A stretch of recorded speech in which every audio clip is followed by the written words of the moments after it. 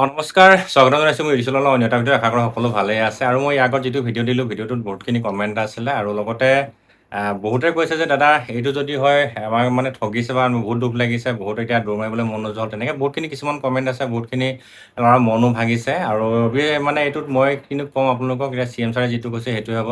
বাকী যি কি নহওক দুটামান কথা ইম্পৰ্টেণ্ট কথা কেইটামান ক'ম, আপোনালোকে এইখিনি কথা শুনিলেকে নিশ্চয় ভাল হ'ব। আমাৰ যিখিনি অসম চৰকাৰৰ আজিৰ তাৰিখত কৰ্মচাৰী আছে, কৰ্মচাৰীৰ কাৰণে এটা নতুনকৈ এটা আপডেট দিছে যে যিমানখিনি মানুহৰ আজিৰ তাৰিখত পদোন্নতি পাব লগা আছে বা প্ৰমোশ্যন পাব লগা আছে সকলোৰে প্ৰমোশ্যন হ'ব। এটলিষ্ট 15 দিনৰ ভিতৰত তেওঁলোকৰ প্ৰমোশ্যনৰ যিখিনি ৰিপৰ্ট আছে ৰিপৰ্ট ছাবমিট কৰিব কৈছে আৰু যিসকল ছিনিয়ৰ অফিচাৰ আছে তেওঁলোকক দায়িত্ব দিছে আৰু মই এখন লেটাৰ আহিছে, লেটাৰখন মই আপোনালোকৰ স্ক্ৰীণত দেখাই দিছোঁ। এই লেটাৰখন আহিছে আৰু তাত স্পষ্টকৈ লিখা আছে যে যিমানখিনি মানুহৰ পদোন্নতি পাব লগা আছে তেওঁলোকৰ যিখিনি ছাৰ্ভিচ ৰেকৰ্ড আছে সকলোখিনি চোৱাৰ চিতাৰ পিছত তেওঁলোকৰ যদি পাবলগীয়া প্ৰাপ্য যিখিনি মানুহৰ আজিৰ তাৰিখত প্ৰমোশ্যন পাবলগীয়া সকলোকে প্ৰমোশ্যন দিব।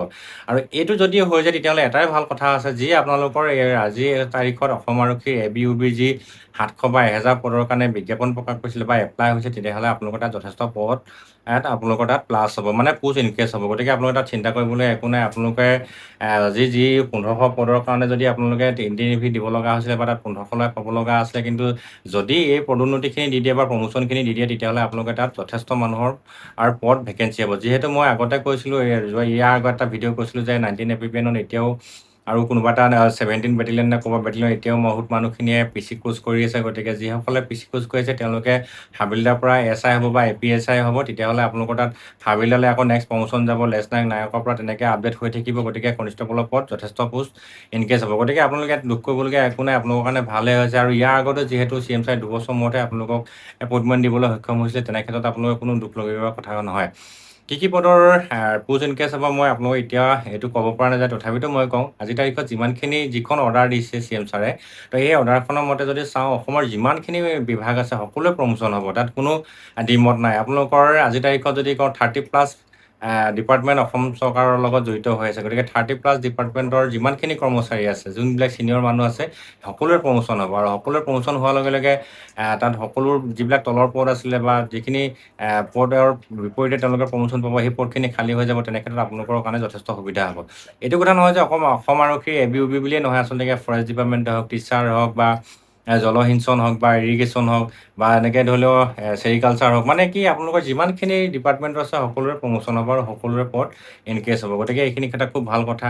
আৰু যিহেতু আপোনালোকে সকলোৱে জানে যেতিয়া ADRE নিযুক্তি পাতিছিলে বা মানে ইণ্টাৰভিউ হৈছিলে, তেতিয়া তাতো 400 এনেকৈ 600 3000 তেনেকৈ প্লাছ পদ আছিলে। গতিকে যিহেতু CM ছাৰৰ বা অসম চৰকাৰৰ এটা টাৰ্গেট আছে যে 2 লাখ নতুন নিযুক্তি, গতিকে 2 লাখ নিযুক্তিৰ যথেষ্ট পদ হ'ব লাগিব, তেতিয়াহে দিবা হ'ব। আৰু বহুতখিনি আজিৰ পৰা বহুত বছৰ মূৰত আপোনালোকক মই কওঁ যে বহুত মানুহৰ প্ৰমোশ্যন পাবলগীয়া আছে, কিন্তু দিয়া নাছিলে সময় সাপেক্ষে। গতিকে আজিৰ তাৰিখত এতিয়া CM ছাৰে যিটো এটা ভাল পদক্ষেপ লৈছে যে যিবিলাক তোমাৰ ছিনিয়ৰ কৰ্মচাৰী আছে সেইবিলাকৰ প্ৰমোশ্যন হ'ব। গতিকে আপোনালোকে দুখ কৰিবলৈ একো নহয়। মই বেছিকেলি ফৰেষ্টৰ বা পুলিচৰ ল'ৰাসকলকো আপোনালোকে যিখিনি আপোনালোকৰ কৰণীয় আছে বা প্ৰচেছ আছে, দৌৰা ৰানিঙৰ ফিজিকেলৰ এইবিলাক আপোনালোকে তৈয়াৰ কৰি এটা গল্ডেন চান্স আছে। আৰু নেক্সট ইয়েৰ যিহেতু আপোনালোকৰ ৰিভাইজ হ'ব, গতিকে এই বছৰ আপোনালোকে যেতিয়াই ইণ্টাৰভিউ পাতক কিয় আপোনালোকে ল'বলৈ চেষ্টা কৰক। সদুৰ শেষত আৰু এটা কথা কওঁ আপোনালোকক, ইণ্টাৰভিউটো কেতিয়া হ'ব সেইটো মোক বহুতে সুধি থাকে।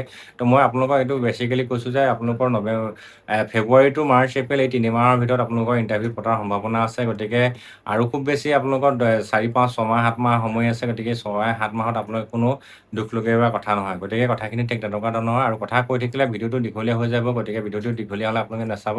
তো এই কথাখিনি মই আপোনালোকৰ আচলতে এইকাৰণে আগবঢ়ালোঁ, যিহেতু আপোনালোকৰ যথেষ্ট মন ডাউন হৈছে বা বহুতৰ মনত দুখ প্ৰকাশ কৰিছে। গতিকে কথাখিনি মই আপোনালোকক জনালোঁ।